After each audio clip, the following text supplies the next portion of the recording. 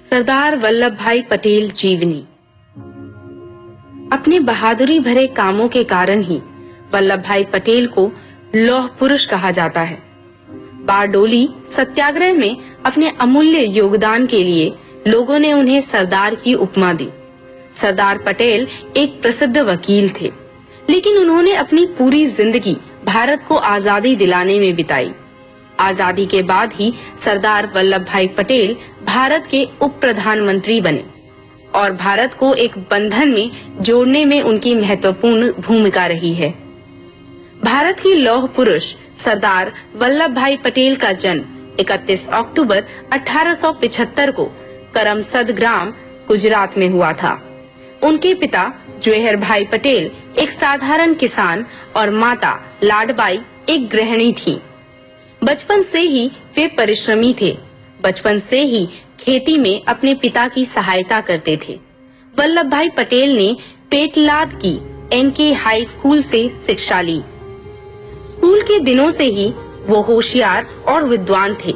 घर की आर्थिक स्थिति कमजोर होने के बावजूद उनके पिता ने उन्हें 1896 में हाई स्कूल परीक्षा पास करने के बाद कॉलेज भेजने का निर्णय लिया था, लेकिन वल्लभ भाई पटेल ने कॉलेज जाने से इनकार कर दिया था।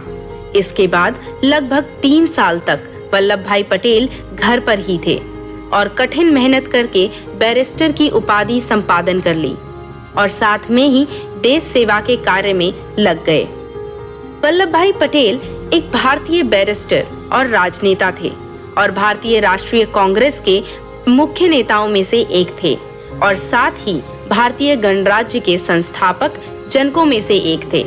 वे एक सामाजिक कार्यकर्ता थे जिन्होंने देश की आजादी के लिए कड़ा संघर्ष किया था और उन्होंने भारत को एकता के सूत्र में बांधने और आजाद बनाने का सपना देखा था।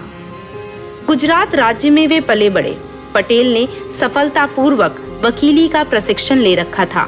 बाद में उन्होंने खेड़ा, बोरसद और बारडोली के किसानों को जमा किया और ब्रिटिश राज में पुलिसकर्मी द्वारा किए जा रहे जुल्मों का विरोध उन्होंने आत्महिंसक ढंग से किया। इस कार्य के साथ ही वे गुजरात के मुख्य स्वतंत्रता सेनानियों और राजनेताओं में से एक बन गए थे।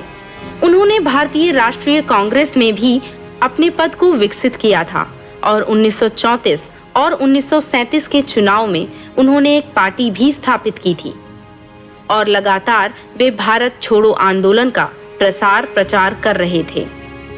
भारतीय के पहले गृह मंत्री और उप प्रधानमंत्री के पद पर रहते हुए उन्होंने पंजाब और दिल्ली से आए शरणार्थियों के लिए देश में शांति का माहौल विकसित किया। इसके बाद पटेल भारत देश को ब्रिटिश राज से मुक्ति दिलाना चाहते थे। भारतीय स्वतंत्रता एक्ट 1947 के तहत पटेल देश के सभी राज्यों की स्थिति को आर्थिक और दार्शनिक रूप से मजबूत बनाना चाहते थे। वे देश की सैन्य शक्ति और जनशक्ति दोनों को विकसित कर देश को एकता के सूत्र में बांधना चाहते थे। पटेल के अनुसार आजाद भारत बिल्कुल नया और सुंदर था। अपने असंख्य योगदान की बदौलत ही देश की जनता ने उन्हें आयरन मैन ऑफ इंडिया, लौह पुरुष की उपाधि दी थी। इसके साथ ही उन्हें भारतीय सिविल सर्वेंट के संरक्षक भी कहा जाता है। कहा जाता है कि उन्होंने ही आधुनिक भारत के सर्विस सिस्टम की स्थापना की थी।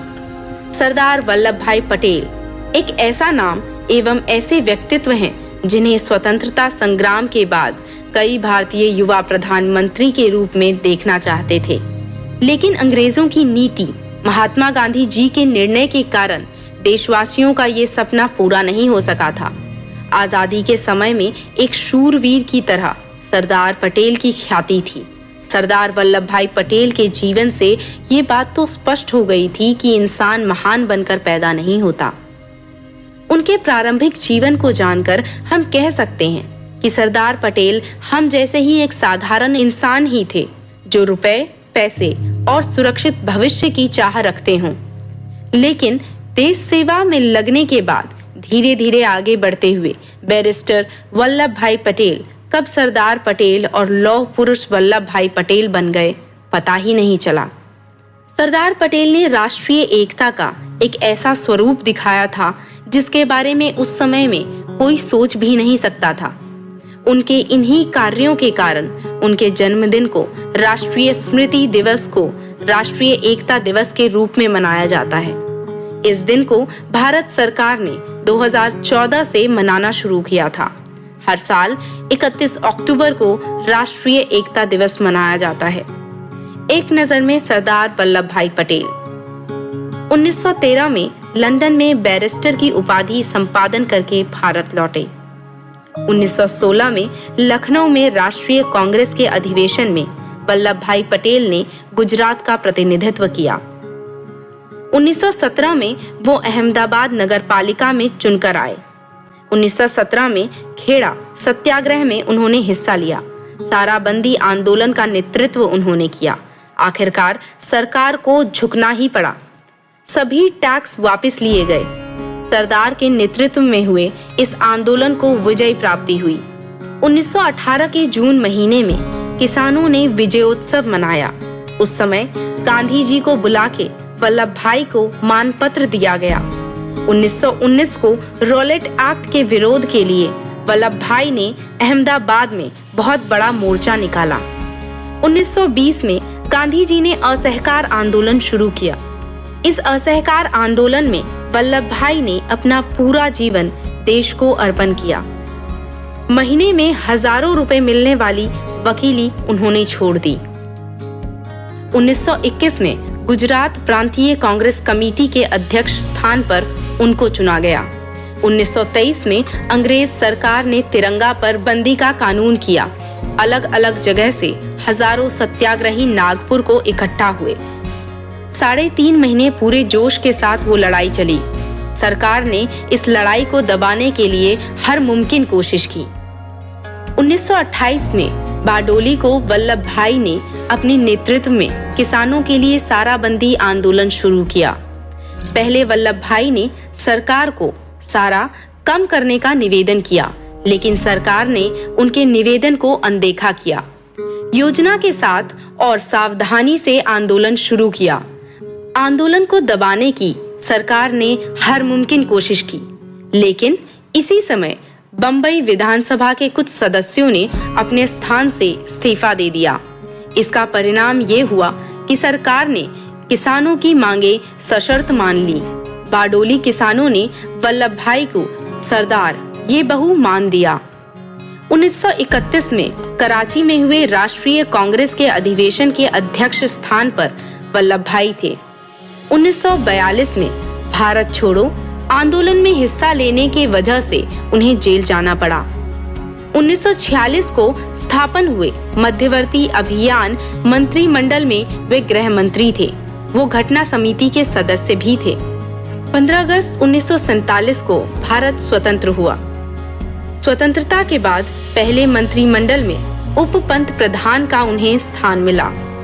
उनके पास गृह जानकारी और प्रसारण, वैसे ही घटक राज्य संबंधित सवाल, ये ख्याति दी गई। वल्लभ भाई ने स्वतंत्रता के बाद करीबन 600 संस्थान का भारत में विलीकरण किया। हैदराबाद संस्थान भी उनके पुलिस एक्शन की वजह से 17 सितंबर 1948 को भारत में विलीन हुआ। पुरस्कार: नागपुर विश्वविद्यालय, बनारस हिंदू विश्वविद्यालय और उस्मानिया विश्वविद्यालय आदि विश्वविद्यालय की तरफ से डी.लिट ये सम्मान की उपाधि दी गई। 1991 में मरणोपरांत भारत रत्न मिला। विशेषता: सरदार भारत का लौह पुरुष, भारत के एकीकरण के थोर शिल्पकार, स्वतंत्र भारत के पहले उप पंत प्रधान और गृह मंत्री। मृत्यु 15 दिसंबर 1950 को उनका निधन हुआ। ये जीवनी समाप्त।